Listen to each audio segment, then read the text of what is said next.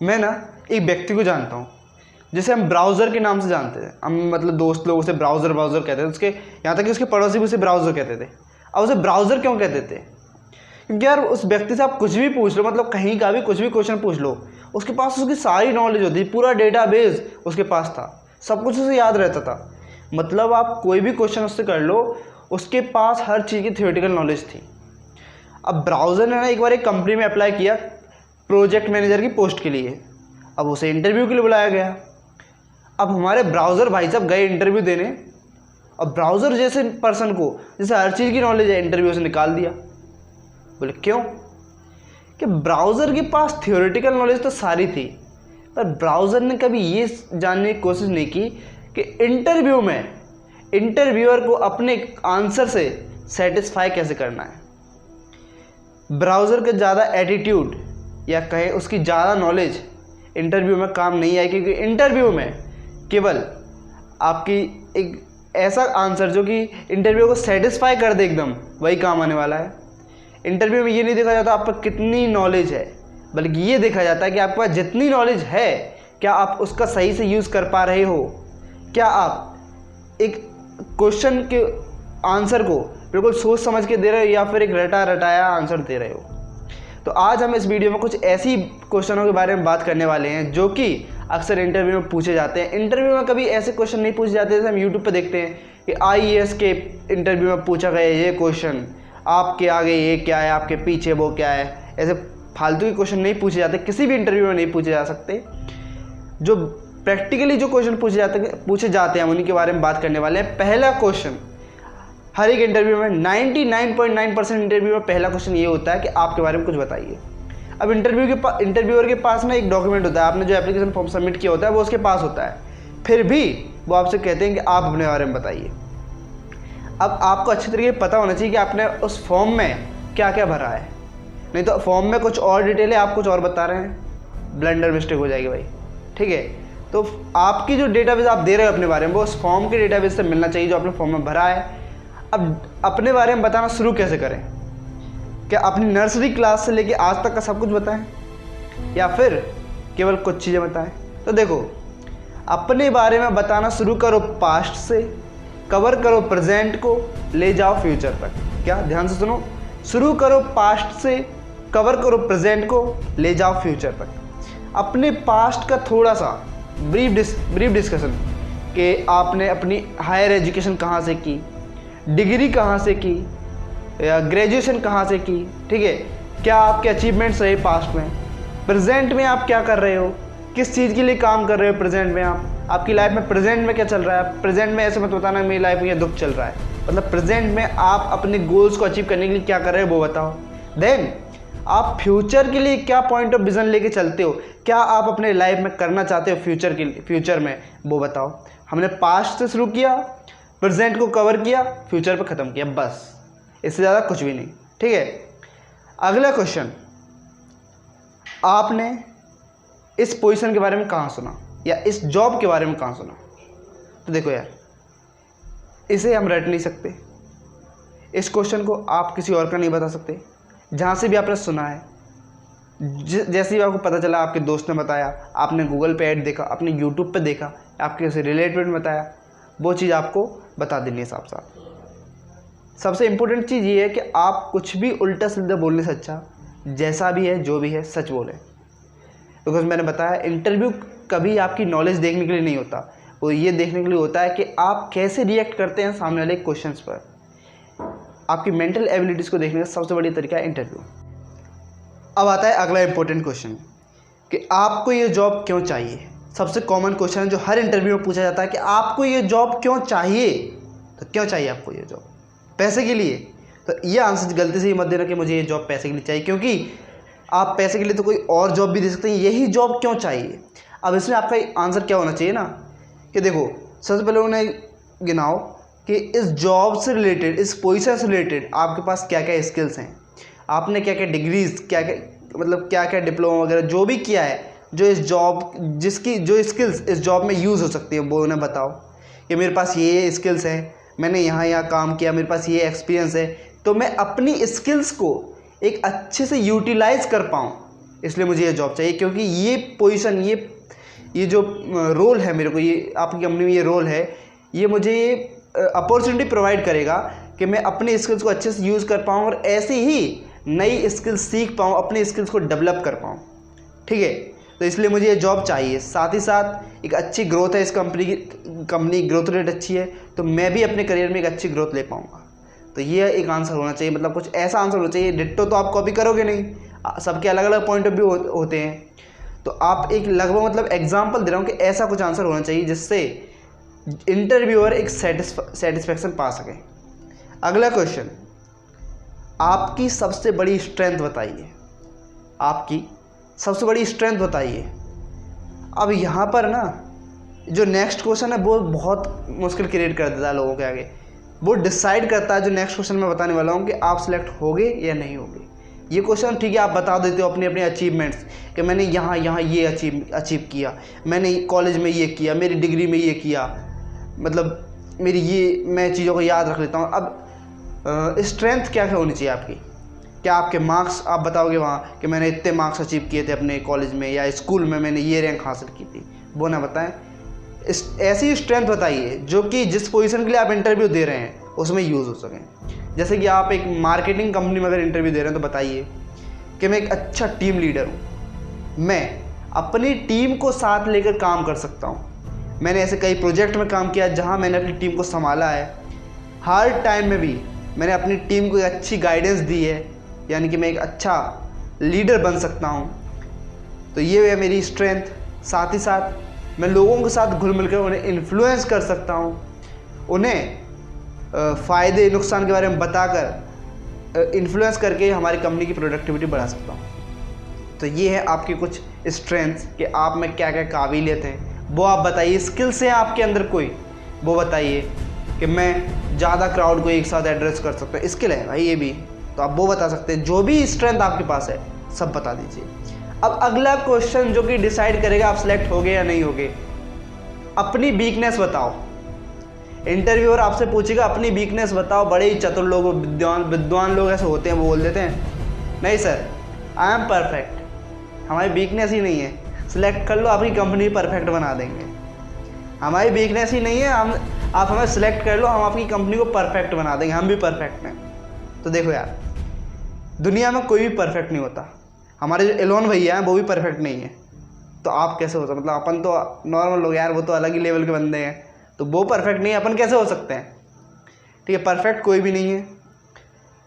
अगर आपको याद भी नहीं है कि आपकी वीकनेस क्या है, तो भी अगर आपको लगता है कि मेरे अंदर कोई वीकनेस है ही नहीं, सारी स्ट्रेंथ है, तो भी कुछ ना कुछ तो वीकनेस बताओ, भले ही बना के क्यों ना बताओ। अगर आप वीकनेस नहीं बनाते, इसका मतलब ये है, इसका मतलब ये नहीं है कि मतलब इसका मतलब वीकनेस ना बताने का मतलब ये नहीं शो होता कि आप एकदम परफेक्ट हो। मतलब ये शो होता है कि आप अपनी गलतियों को एक्सेप्ट नहीं करते।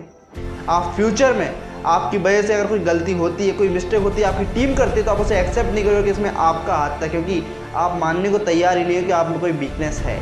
तो ना होने पर भी कुछ ना कुछ वीकनेस अपनी बताइए, भले ही सोच के जाइए कि यार मुझे स्ट्रेंथ क्या है, वीकनेस क्या है, ये आपको बताना है, कंपलसरी बताना है।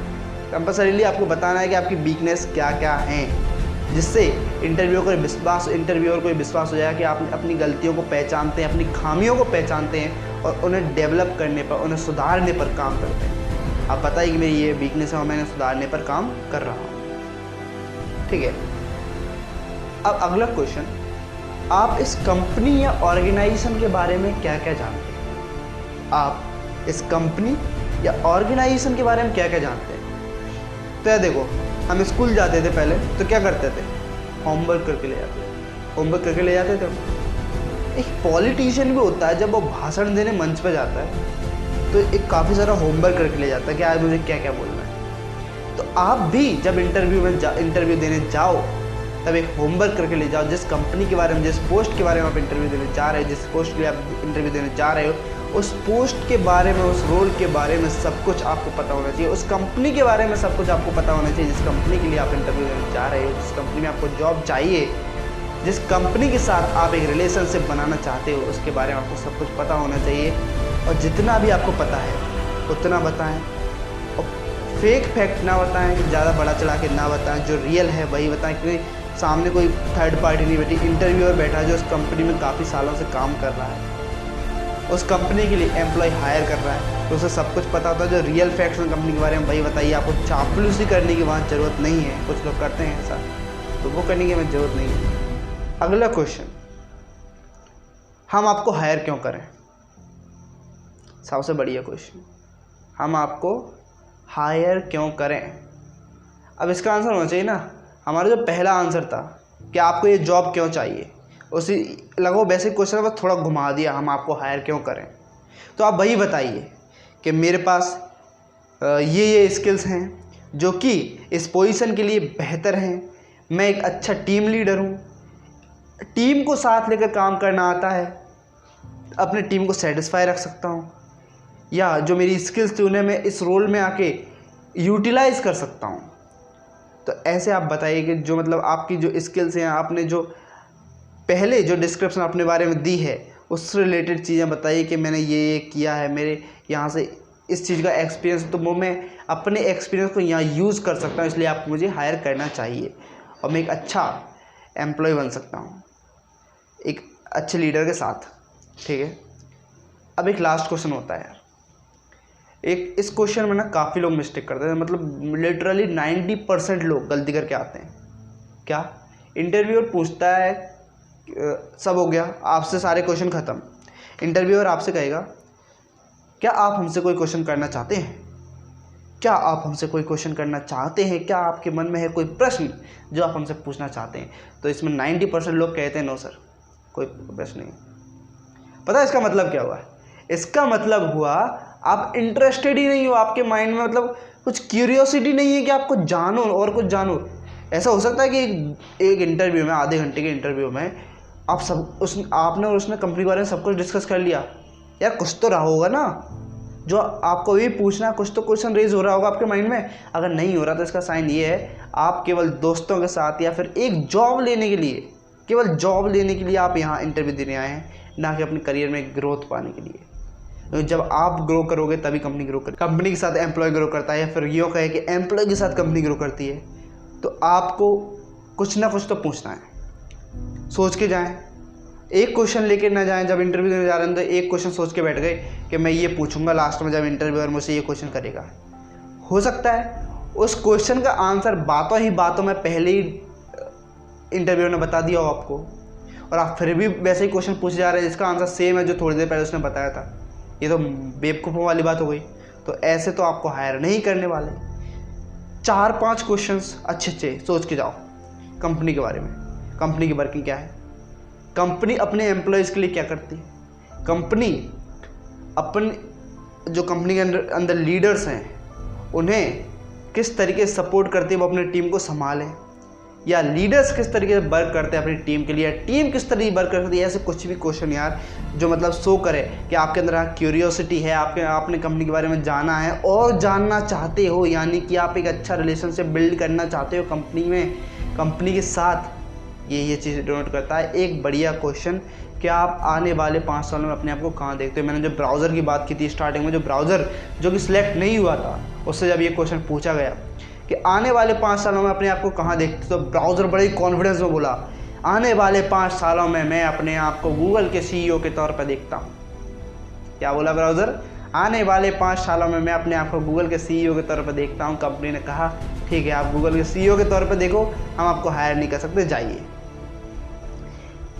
जब ये वही लोग ये बोल रहे हैं कि आप 5 सालों में अपने आप को कहाँ देखते हो, तो उन्हें ऐसा आंसर दो कि भाई आप जहाँ भी देखो अपने आप को 5 सालों में इसी कंपनी में देखो, तभी वो आपको हायर करेंगे। मतलब आप कंपनी के साथ एक लॉन्ग टर्म रिलेशनशिप बनाने के लिए आए हो, ना कि साल 2 साल काम करके थोड़ा बहुत पैसा कमा के कहीं और माइग्रेट होने के लिए। क्या एक लॉन्ग टर्म रिलेशनशिप आप कायम करने आए हो, ऐसा शो करो उन लोगों को जो इंटरव्यू आपका ले रहे हैं। इंटरव्यूअर को ये शो करो कि हाँ मैं आने वाले 5 सालों में अपने आप को इस कंपनी में एक बेहतर लीडर के तौर पर देखता हूँ, और साथ ही साथ कंपनी के ग्रोथ के साथ मैं अपने करियर की ग्रोथ को भी इसी कंपनी में रहते हुए देखना चाहता हूँ। इस तरीके से कुछ आंसर दो कि उन्हें ये मतलब एक सुनिश्चित हो जाए कि आप इसी कंपनी में रहना चाहते हो, आप इसी कंपनी के लिए काम करना चाहते हो। अब भाई साहब बोल गए हमारे ब्राउज़र भाई साहब कि हमें तो गूगल में काम करना है, मतलब आप इस कंपनी में बस टाइम पास करने आए हो सकता है आप कल को जॉब छोड़ दोगे। तो हमारा तो ये इंटरव्यू लेने का मेहनत और जो पेपर वगैरह जो भी एग्ज़ाम हमने कराया था वो भी बेकार गया। इतने सारे जो एप्लीकेंट थे उन्हें हमने मना कर दिया, वो भी बेकार गए यार। उनमें से कोई काबिल हो सकता था, आपको ले लिया और आप भी छोड़ के चले गए। ऐसा होता है। मतलब लॉन्ग टर्म रिलेशनशिप उन्हें शो करो कि यार मैं इसी कंपनी में रहने आया हूँ, मुझे आपके साथ ही काम करना है। वो अलग बात है आपको छोड़ देना 6 महीने बाद, 1 साल बाद, वो अब आपकी मर्जी है ना। उन्हें क्या बताना, उन्हें तो बाद में पता लग गया, जब आप छोड़ोगे पता लग ही जाएगा। आपको छोड़ने के पॉइंट ऑफ व्यू से कर रहे हो कुछ तो, कि मैं तो यहाँ सेटअप हो जाना, वो 6 महीने यहाँ कुछ करना है, ऐसे जो भी आपके माइंड में चल रहा है, ठीक है। बट उन्हें ये शो करो कि मतलब हम अपनी लाइफ को इसी कंपनी में एक बेहतर ग्रोथ के साथ देखना चाहते हैं। तो आई थिंक आज के लिए इतना काफ़ी। और ये जॉब इंटरव्यू टिप्स उम्मीद करता हूँ कि कहीं ना कहीं तो आपकी लाइफ में काम आएंगी। और अगर आप इन्हें यूज़ करते हो तो इन्हें यूज़ करने के लिए 2 चीज़ें रिक्वायरमेंट और हैं। पहली बॉडी लैंग्वेज और दूसरी कम्युनिकेशन स्किल्स। तो कम्युनिकेशन स्किल्स की वीडियो भी मैंने अपलोड की है इसी चैनल पे, क्लासमेट टीचर, वहाँ जाके आप देख सकते हो। बॉडी लैंग्वेज आप मेंटेन करके चलो, ढीले ढाले होके ना जाएं, बढ़िया मतलब एक कॉन्फिडेंट दिखना चाहिए आप अपने आप, ठीक है। तो ठीक है, मिलते हैं अगली वीडियो में। जिन्होंने अभी तक चैनल को सब्सक्राइब नहीं किया है वो जल्दी से जल्दी चैनल को सब्सक्राइब कर दें, क्योंकि चैनल को सब्सक्राइब ना करने वालों को भारी पाप लगता है। ऐसा हमारे ज्ञानी बाबा जी कहते थे कि जो क्लासमेट थे वो सब्सक्राइब नहीं करेगा ना, उसे बहुत बड़ा पाप लगेगा। और जो वीडियो देख के लाइक नहीं कर रहा उसे तो बहुत बहुत बहुत बड़ा पाप लगने वाला है। जल्दी से चैनल को सब्सक्राइब करो, बेल आइकन प्रेस कर दो, वीडियो को लाइक कर दो, और पसंद आई है तो अपने दोस्तों की मदद करो, उन्हें भी जॉब पाने में मदद करो, या फिर उन्हें इंटरव्यू से धक्के मार के ना निकाला जाए, इसलिए इस वीडियो को शेयर कर दो, जिससे वो भी कुछ ना कुछ टिप्स, कुछ ना कुछ ट्रिक्स इंटरव्यू के बारे में सीखें। Thanks for watching. मिलते हैं अगली क्लास या अगली वीडियो में, तब तक के लिए बाय बाय।